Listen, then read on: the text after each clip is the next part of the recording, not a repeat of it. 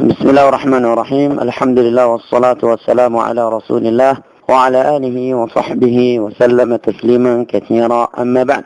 Ikhwanil kiram rahimani wa rahimakumullah wa akhwati yang saya cintai dan hormati, kita lanjutkan kembali pelajaran kita silsilah fikih untuk bulan Ramadan ini, ahkamus siyam, dan telahnya bab-bab yang lainnya.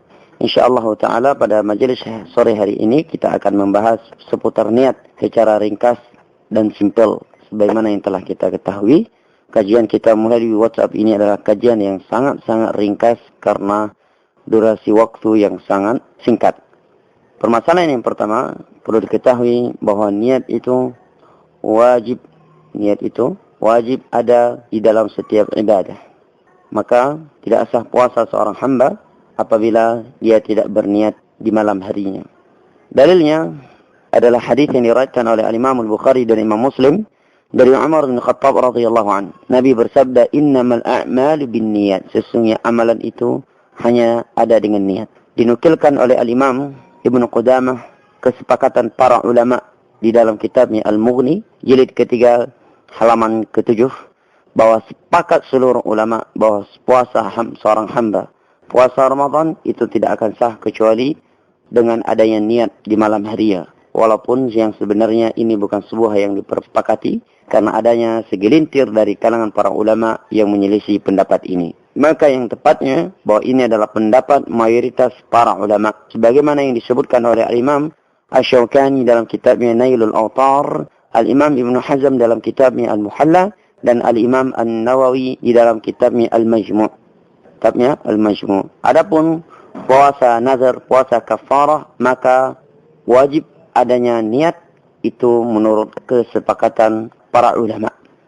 Kemudian yang perlu diketahui, bila kita telah mengetahui bahwa niat adalah syarat sahnya puasa seorang hamba di bulan Ramadan, apakah harus setiap malam dia memperbaharui niat ataukah boleh di awal malam Ramadan hingga Ramadan yang berikutnya? Pendapat yang rajih dari pendapat mereka para ulama bahwa niat seorang di dalam malam pertama bulan Ramadan itu telah mencukupi untuk sebulan penuh dari bulan Ramadan. Ini pendapatnya Imam Malik, pendapatnya Imam Ahmad yang dikuatkan oleh Imam Ibn Aqil, dan juga pendapatnya Ishaq dikuatkan oleh Syekhul Islam Ibn Taimiyah dan dikuatkan oleh Al-Allamah Ibnu Utsaimin rahimahullahu ta'ala.